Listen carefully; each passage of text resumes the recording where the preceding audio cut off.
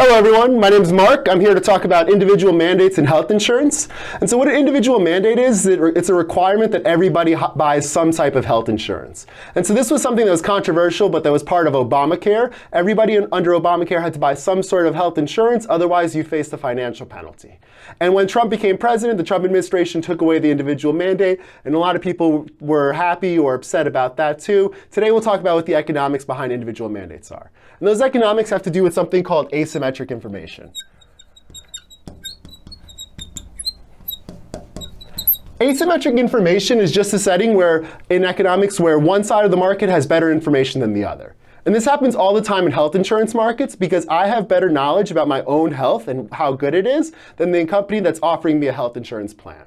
Right? And that health insurance plan the company is offering, they could try to condition it on what my age is, on what my past medical history is. But all in all, I still have better knowledge than the company does about how healthy I am today. Right? And so this is going to cause a problem where you have a death spiral in insurance markets. And so to see that, let's just assume that we have a really, really basic version of the US society where you have 4 different types of people. Right? Here's person number 1.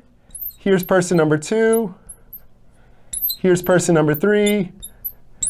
And here's person number 4. Right? And the only thing that makes these people different are what their healthcare costs next year are expected to be.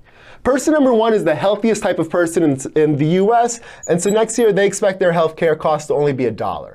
Person number 2, they expect their healthcare costs next year to be only $2. Person 3 is a little more sick. They expect their costs to be $3. And person number 4 is the person in the US who has the worst health quality expected next year. They have costs next year that expect to be $4.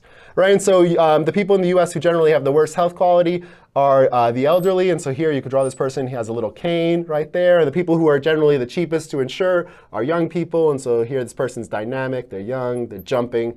Yeah, these are the 4 different types of people we have in the US. Now imagine I'm a health insurer and I only care about breaking even. I'm going to offer one insurance plan to all 4 of these types of people. I don't know every person's type just when I look at them, but I know that in the entire population, a quarter of people are type 1, a quarter are type 2, a quarter are type 3, and a quarter are type 4.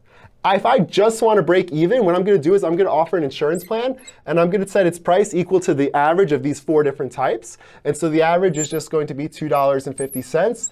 And so I offer this price for my health insurance plan. What happens? Well, after a year, everybody has this health insurance plan. The type 1 people say, I know next year my health costs are only going to be $1. Why would I pay $2.50 for a plan? And all of the type 1 people, they're going to decline to buy the plan. They're going to drop out of the market. Now look at person number 2. Person number 2 says, my costs next year are only going to be $2. Why would I buy a plan that costs $2.50? They're all also going to decide to drop out of the market. Person 3 and 4, they both think this is still a good deal. So they stay in the market.